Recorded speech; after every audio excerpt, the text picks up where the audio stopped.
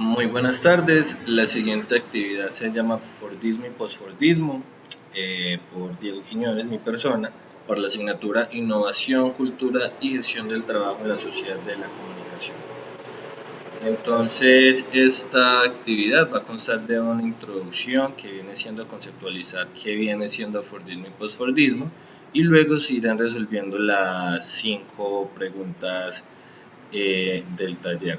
Entonces comencemos con la conceptualización de Fordismo y Postfordismo, teniendo en cuenta una frase de Henry Ford: nada es especialmente difícil si lo divides en pequeños trabajos.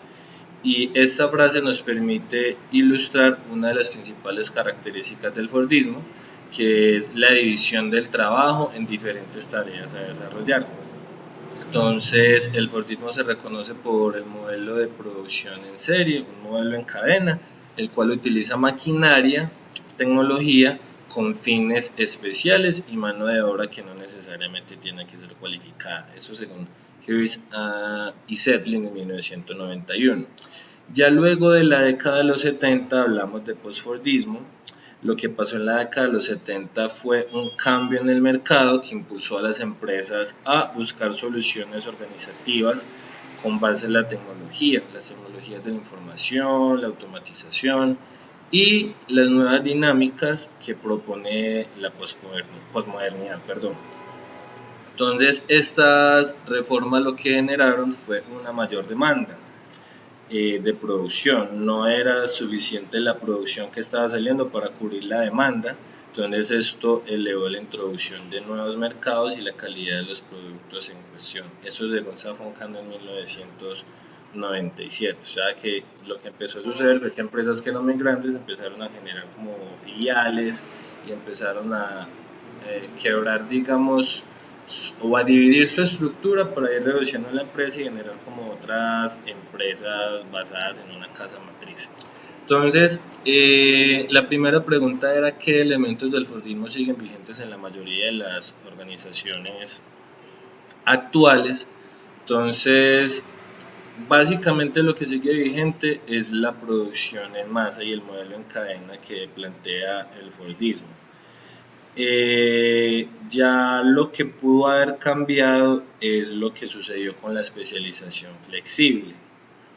¿Qué fue lo que pasó con la especialización flexible luego de la década de los 70 cuando empezó el tema del postfordismo? Que las máquinas especializadas, o sea, se empezaron a usar máquinas especializadas de acuerdo a su finalidad o al propósito que iban a tener, al producto final que iban a entregar. Entonces, los operarios de estas máquinas especializadas deben ser operarios semi-cualificados, o sea que tenían que tener como una capacitación parcial para esa tarea que iban a cumplir, y eran ciclos productivos largos.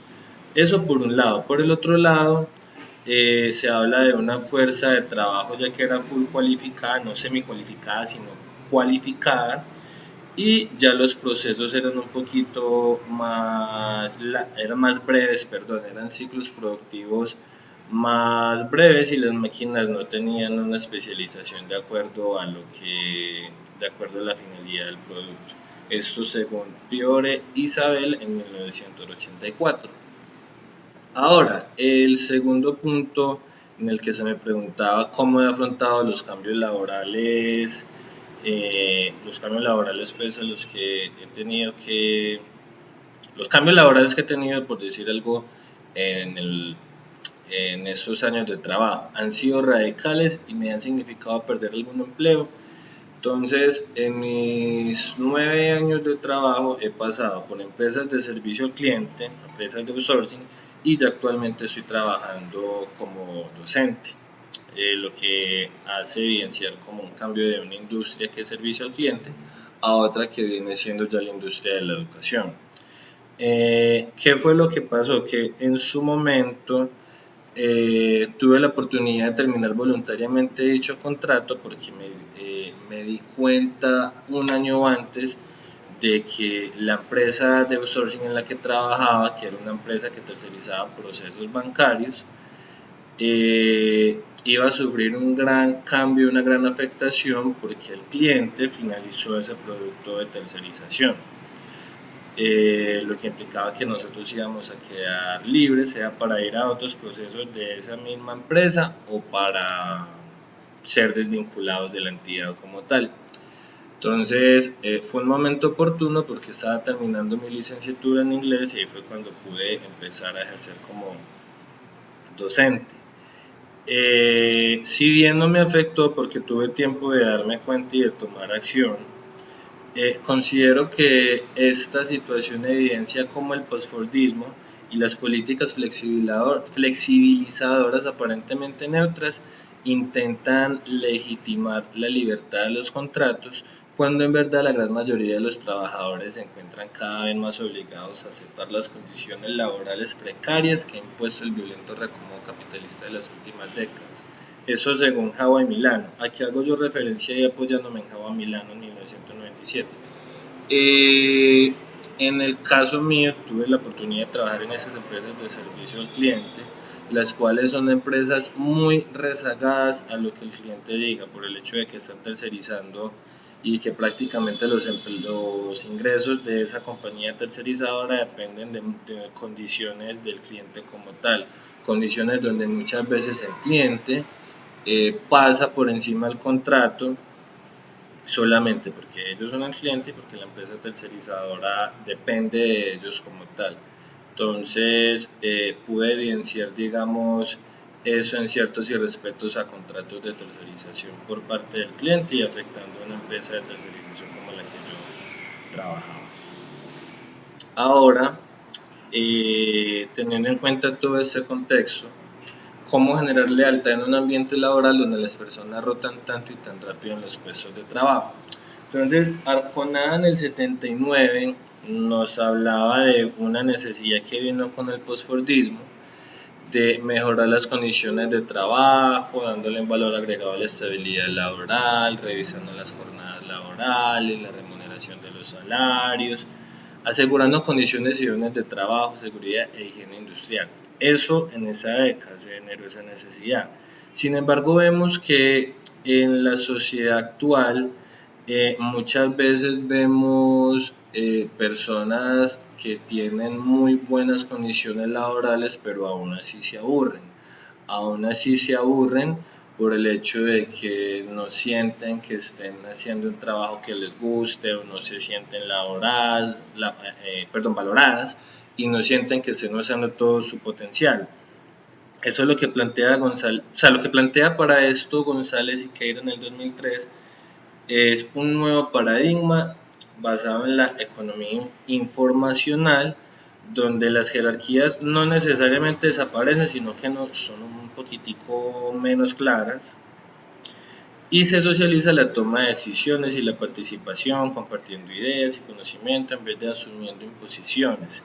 Entonces, aquí se habla de que hay un incremento de la motivación laboral por el hecho de que esas personas están teniendo mayor participación en la empresa como tal, se sienten más tienen un papel más decisivo, en lo que está sucediendo en la empresa, y eso incluso puede tener a llegar igual importancia que las condiciones laborales y la estabilidad. Ahora, hablando de las ventajas y las desventajas de las organizaciones flexibles, bueno, entonces empecemos por las ventajas. Las ventajas, según Gutiérrez, Rubio y Montoya en el 2011, radican en la implementación de prácticas de alto rendimiento, que según ellos son las que el departamento pues, de gestión humana de las compañías, esas decisiones que ellos toman para reforzar los conocimientos, habilidades, destrezas de los empleados actuales y los potenciales empleados también, para aumentar su motivación y mejorar la retención de los empleados cualificados. Entonces, hablando solamente de 5, se habla del diseño de los puestos, o sea, que el lugar donde está trabajando sea amplio, sea óptimo, no sea como tan cuadriculado, no sea como un cubículo, sino que sea un lugar agradable. Se habla de formación extensiva respecto a lo que es la educación y la formación continua en el trabajo que se está desempeñando. la compensación contingente que habla pues de una buena parte salarial, la discrecionalidad elevada que implica otorgar al puesto de trabajo y a los empleados gran autonomía para tomar las decisiones, parecido a lo que hablaba anteriormente de cómo generar lealtad en la compañía en un contexto donde estamos cambiando tanto de trabajo cada 4 años incluso. Y la promoción interna que implica que haya una promoción, digamos, de los empleados, donde una persona pueda llegar a pasar por varios empleos o por varios roles dentro de la misma compañía y que así mismo vaya ascendiendo. Ahora, las desventajas, ya según Hawa y Milano, eh, viene siendo la asociación que tienen las organizaciones flexibles con precariedad en el trabajo, debido a las formas de contratación, contratos que no siempre son indefinidos o fijos, sino que a veces son por prestación de servicios, donde no siempre la persona está recibiendo todas sus prestaciones sociales. Empleos clandestinos, no declarados ante las autoridades competentes. Entonces, esas son las principales desventajas, la asociación que tienen las organizaciones flexibles con flexibilización en las prestaciones sociales o en los contratos. Las consecuencias ya vienen siendo segmentación en la fuerza de trabajo, la precarización en la fuerza de trabajo, y esto viene causando como tal inseguridad en el mercado laboral, falta de estabilidad en esos empleos, falta, digamos, de normas que no existen, digamos, para vigilar la seguridad de higiene industrial, por decir cualquier cosa, inseguridad en los ingresos, exclusión de los sistemas de seguridad. Entonces, estas desventajas son las que se plantean según Hawa y Milano. Y por último, hablamos de la ilustración de 4 conceptos en las organizaciones laborales, que son el downsizing, el right-sizing, la reingeniería y el outsourcing. Entonces, el downsizing viene siendo, palabras más, palabras menos, reducir la estructura de la compañía, o sea que es una reestructuración de las organizaciones para mejorar la eficiencia, productividad y o competitividad organizacional. Entonces se basa en la adecuación del número de empleados, normalmente implica reducir el número de empleados, de funciones, de roles que hay en la compañía para mantener a la organización competitiva. Eso según Freeman y Cameron en el 93. El right sizing es un enfoque también conocido como la medición correcta. Entonces no necesariamente es reducir por reducir o aumentar por aumentar, sino que habla de una justa medida. Y esta privilegia la calidad estratégica total, la eficiencia y el consiguiente logro de beneficios a partir de una organización flexible y las necesidades del cliente. Esto según Forman en el 2010. La reingeniería diría yo que es la que incluye todas las 3 siguientes, o sea, el downsizing, el right sizing y el outsourcing, porque es el replanteamiento fundamental y el rediseño radical de los procesos del negocio para lograr mejoras dramáticas dentro de las medidas críticas y contemporáneas de desempeño, tales como costo, calidad, servicio y rapidez. Esa es reingeniería, es repensar, digamos, la estructura de la empresa, y esa reestructura puede ser un downsizing, que viene siendo reducir la estructura de la compañía, un right sizing, que viene siendo generar una medición correcta según lo que el cliente vaya a necesitar, o un outsourcing, que viene siendo una tercerización de procesos. Entonces se refiere al proceso en el que la organización contrata a otra compañía para que realice parte de su producción, preste sus servicios o se encargue de algunas actividades que les son propias. Entonces aquí es bien importante que se asignen actividades que no sean esenciales. Esto según Kumar en el 2006, y esta fue la bibliografía que se tuvo en cuenta para la ilustración de esta actividad. Espero haber sido muy claro. Feliz tarde y gracias por la atención.